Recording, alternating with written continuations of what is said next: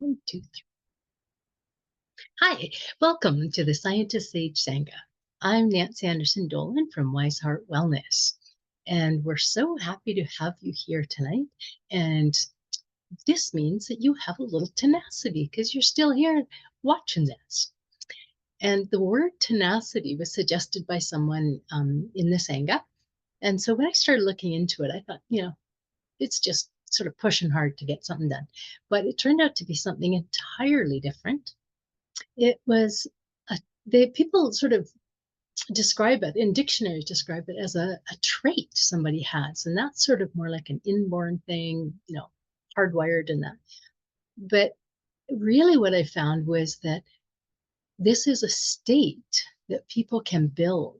And it's a lot like when we rewire someone's brain and we get them to do something a number of times in a number of different, slightly different circumstances. And there's more and more wires on it.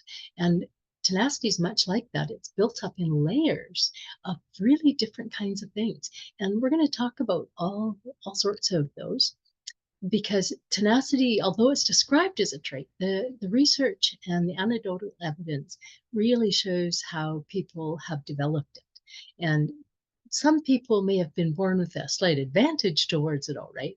But one of the biggest things was how we thought about the world.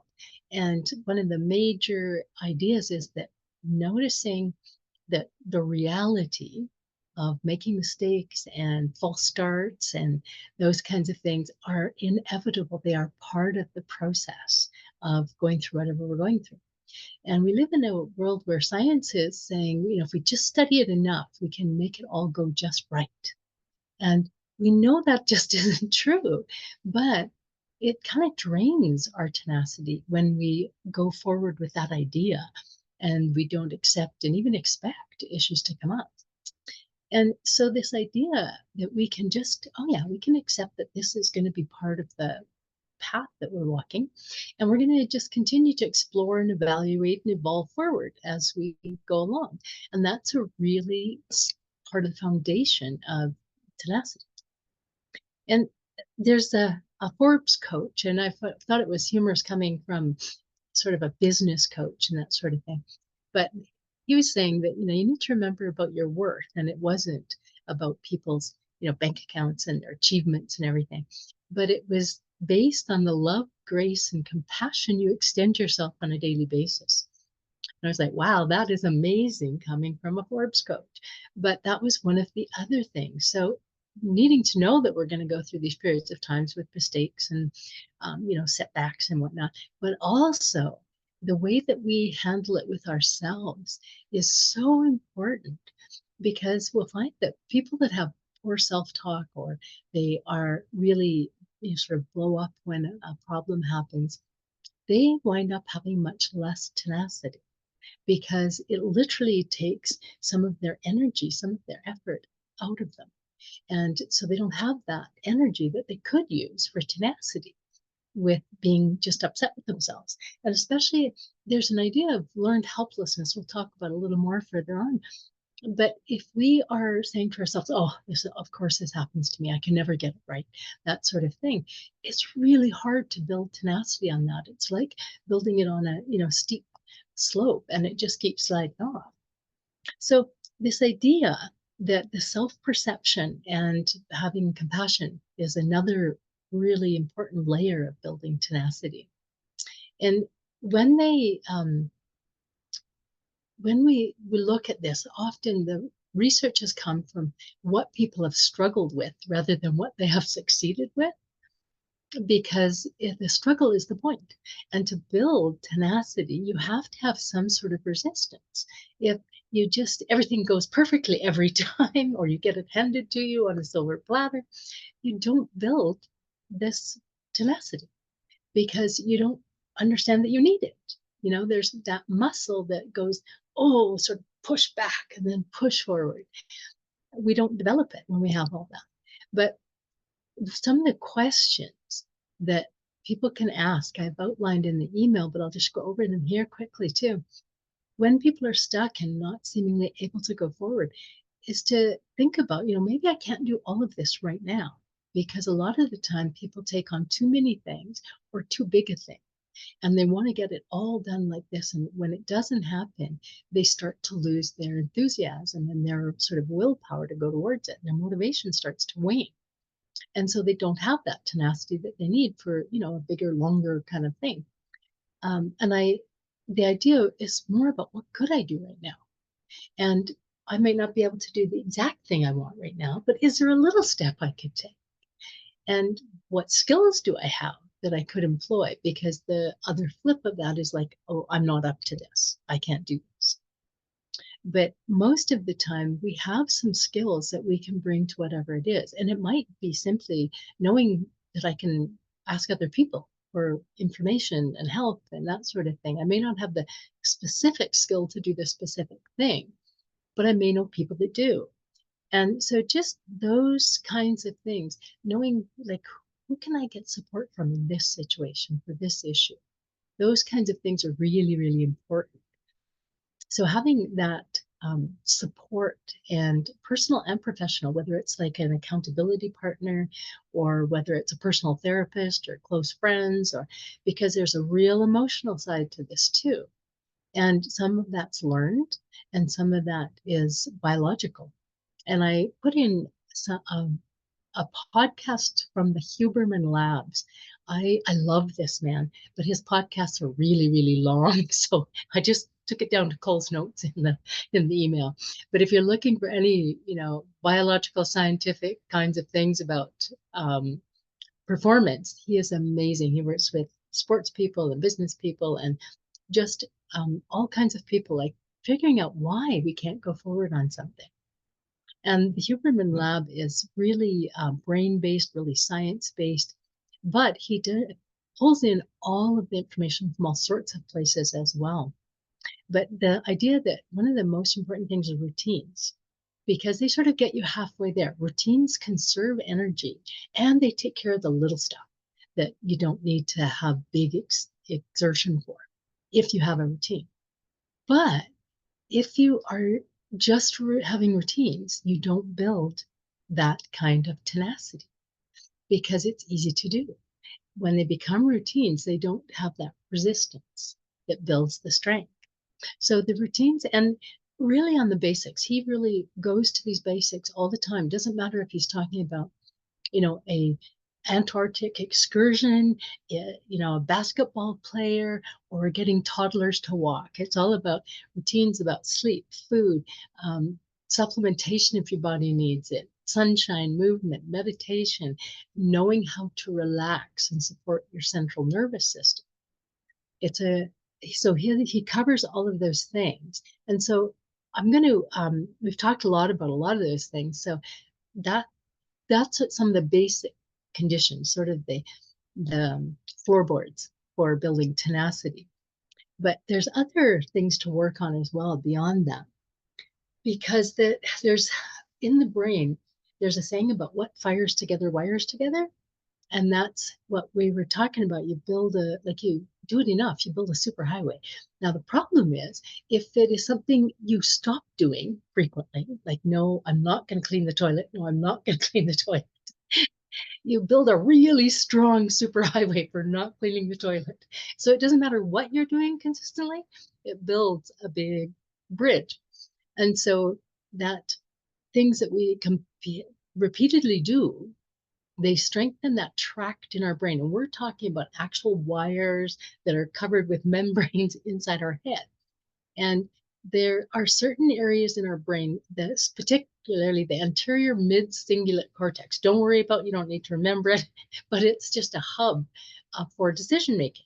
And the hindbrain, with the down here being the brain stem, and then the limbic cortex and the prefrontal cortex here, it's tucked up under here. So it's the interior of the cortex with the limbic. So it's together like that. So really, truly, there's emotional and thought making these things happen. And so you can't ignore your emotions as you think about being tenacious, because often when we're hit with something that's difficult, and we hit that resistance, we have an emotional reaction to it. And if we don't take care of that, then we don't really go forward. But we also have to think about fueling your brain. You need more fuel for tenacity because you're firing more and holding, you're using more of all of your brain because messages come into that cingulate cortex in here and go out from your muscles, from your eyes, what you hear. So there's a whole lot of messages going in and out of here, and that takes a whole lot of fuel. So back to the basics about food and sleep and that sort of thing. You got to keep your brain fueled up if you need to have tenacity. And it also is what controls impulses. So maybe something's going along and you're working on it and you realize that somebody else has made a mistake. Well, this helps you not fly off the handle at them because that's not a useful thing for you to be tenacious in this process. And because it uses a whole lot of energy that you really need to be tenacious. And so it controls impulses that you don't want to go forward with. And so maybe get something, some equipment, and you're just going to try and put it together really fast without really looking at the directions. Yeah, I don't know if anyone else does that, but I'm very tenacious putting things together. And I don't always start in the best way.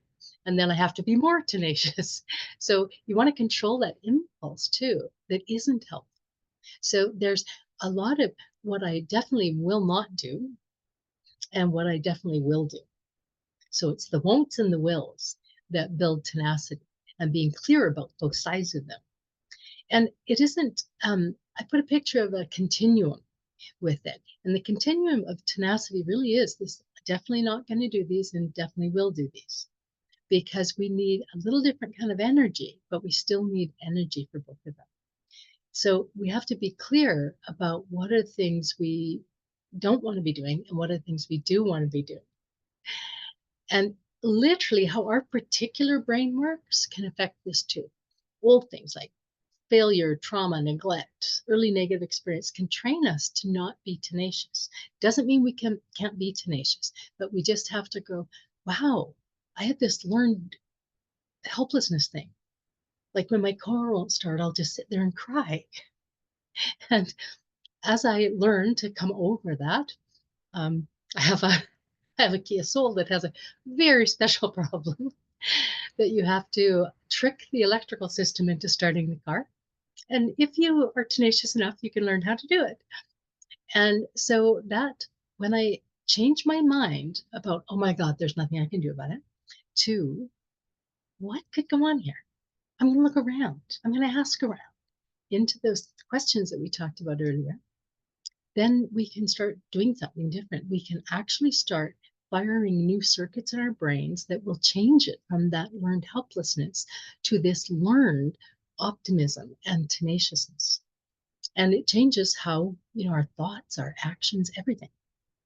And the other big thing that is difficult for some people is different people have different levels of stability in their nervous systems. And so if I have my sympathetic nervous system is responsible for states of alertness and action taking and everything. But if it's too fired up, I act too quickly without enough information, and I am hypervigilant, and I might even derail a project because I'm going, oh, what about this? What about that? No, did you check that? So that's what happens sometimes. So we have to pay attention. And the autonomic nervous system is what's responsible for sleeping and relaxing and settling down and not moving. And so we need this the whole nervous system to be in good working order. And some people have issues where their nervous systems are too nervous. They have been overused for too long, or they have a fast trigger on things and they don't even know why it's being triggered. It could be looking at a difficult task. So the tenacity rides on the current nervous system state. So it includes all the past and all the present inputs. And so how our brains interpret them, whether I have a lack of resources or there's threats, if I have to ask somebody else how to do something or for some help, that determines the tenacity I'll have. So if I can be relaxed when I'm needing tenacity. But this is not always what people sort of lean towards when they need tenacity. I don't know about you, but I pounded on my computer a few times, not what was needed at that point. Yeah, but when I relax and I go, oh, wait a minute, and take a look at things and try a couple things, I'm far more likely to continue to proceed well with it. So this whole idea about calming down a nervous system is really important as well. So getting those things in line, because as I've shown before with the hand brain, as you get your nervous system gets more nervous, what happens is the prefrontal cortex goes like that. And then of course you lose the connection you need here between that cingulate gyrus course. And we need it back down like that. So if our nervous system is too nervous, we flip our lid, doesn't work. No tenacity there. So those things, calming down, making sure we got a good basis, but also rewards, because tenacity is usually performed over time. It doesn't take as much tenacity to perform for a short period of time, but often tenacity comes in when it's a longer period of time. And so we need little rewards to go forward too. And so most psychologists are talking about an intermittent schedule of rewards, not just when the whole project is done. It can be really hard to get people to continue working on the project that way, but little rewards, and even each step being in our brains rewarding. So we say to ourselves, okay, yeah, we got that step done. Okay, we tried 3 things. None of those things worked, but I worked through them, and they're not solutions. Even rewarding ourselves for that kind of thing in the way that we think, in the way that we talk. And if we are in a team or supervising a team, making sure there are some rewards along the way. Often, when people are in crisis, you'll see someone bring food or coffee or something in the middle of the crisis to help people keep going and deal with things. So this idea about rewarding that intermittent schedule, so it's not just, okay, you get it every 2 hours you get a reward, or it's only at the end of the project. Having an intermittent schedule, when people get rewarded at uncertain times, they respond better. It's just like training a puppy. So those things are the really psychological kinds of things as well. Now, breathing patterns have a huge impact on our nervous system, and they can change that state quickly. But it requires consistent and repeated practice. Or if you have enough people in a room doing it with some other people that need nervous system settling, you can actually make it happen for them. They don't even need to know how. You can just do it in the room. And so this is a thing that's used a lot in lots of different places, research places, big companies, people that are making big changes. They actually take these periods of time to teach people breathing patterns so they can sustain this tenacity that they need to. So that also applies to that part of the brain we were talking about that really is the hub for creating tenacity. The incoming information and the outgoing orders, it calms down when our breathing calms down and stabilizes. So all of those things are really important. But now, how can you specifically strengthen that little hub? But if you look at where you are with motivation, like, is it really difficult for you? Are you independent? Can you move forward without it? Things like that. That's one of the things to do. Find out where things are at. How are you thinking about this problem? Because that will either strengthen your cortices or not. And even write a list of what you most need to resist and persist. So just a line down the middle of the paper, resist, persist. And so it might be, persist with cleaning the toilet. It might be resist sitting down in front of the TV as soon as I walk in the house. It might be, resist blaming my difficulties on somebody else, and persist with exploring what my options are. So it's not just a matter of, okay, this is bad for me, this is good for me. Not at all. It really is exploring what thoughts, what emotions, what actions, what set conditions and perceptions I might have, and how can I move forward with them. And of course, the first one is developing the perspective as challenges being opportunities to build tenacity. Like, this is okay. Okay, I can just settle down and be in the challenge. It's like a game. I can, like lift weights with my brain and exploring things that you don't want to do. Just like a game show. Like, okay, how can I win this? How can I get it to go? How can I put the block through? How can I find the right thing? Square peg, round hole. And that is useful. And one of the things I tell people to do is, if you don't have a reward, you use the question, what would I do if the reward was really important? Because that grabs your brain. Your brain starts to think, because it doesn't, it just goes, okay, important reward. What would I do? It doesn't go, wait a minute. There's no important reward here. The brain isn't busy doing that. The brain is just, oh, hey, let's do it like this. So you sort of give your brain tasks to go along there. So learning something new when your brain is a little resistant is really useful. That's why they have people, seniors, learn new things, um, all sorts of things like that. And I, being a therapist, I really talk to people about micro sucks. This is a word from the Huberman Lab, which I just love, because he talks about doing micro sucks on a day-to-day basis. So a micro suck for me would be like putting my foot in cold water. Okay. I've read all the science about cold water exposure and how good it is for you. Only my first 3 toes have played with that idea so far. So literally what he calls microsucks, doing these little things that you don't like to do, like taking the garbage out the first time you think about it. Those things, get up and do a couple of sit-ups, not a lot of them. I am a big fan of doing small things frequently. They loosen the hold that our brain has on us about, I can't do that or I don't want to. Our brain goes, oh, no, no, no, no, no. And then we just do one little thing. The brain goes, oh, okay. And then we do it again. The brain goes, oh, okay. And the brain goes, oh, okay. And then finally the brain's like, oh, all right. In a way, it's fine. So that small and simple really is useful. Practicing resisting thing, practice doing the things that you would normally resist, and doing things intentionally. Like, I actually want to do this. And same thing, writing a list of things that you usually resist doing and things things you need to be doing, persisting on, and do the conscious exploration. It's not about tricking yourself in doing it. It is, what's going on?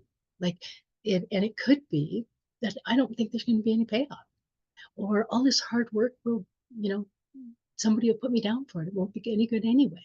There's lots of old messages that can get in the way of building the whole practice of tenacity. But it really is lovely because it becomes this vehicle that runs itself after a while. We see a challenge, we go, oh, this will be fun. And away we go.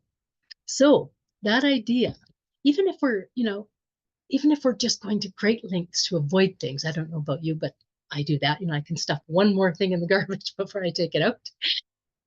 Take heart, because that's some tenacity right there. I'm gonna fill this. I'm gonna keep filling this up before I take it out. But we just need to get it turned around, working for us.